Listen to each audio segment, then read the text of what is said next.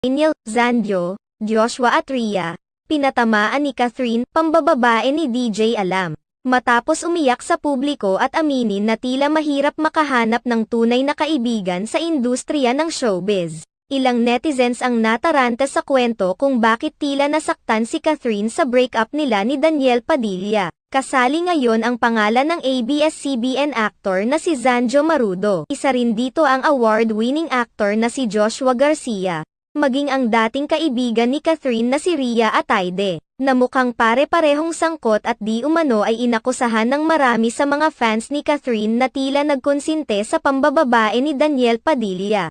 Makikita sa panayam ni Catherine Bernardo ang buong detalye ng mga balitang umani ng iba't ibang reaksyon matapos ibunyag ng umano'y mapagkakatiwalaang source na malapit sa buhay ni Catherine ang pagkakasangkot ng tatlo sa breakup nila ni Daniel Padilla. Sa mga tao na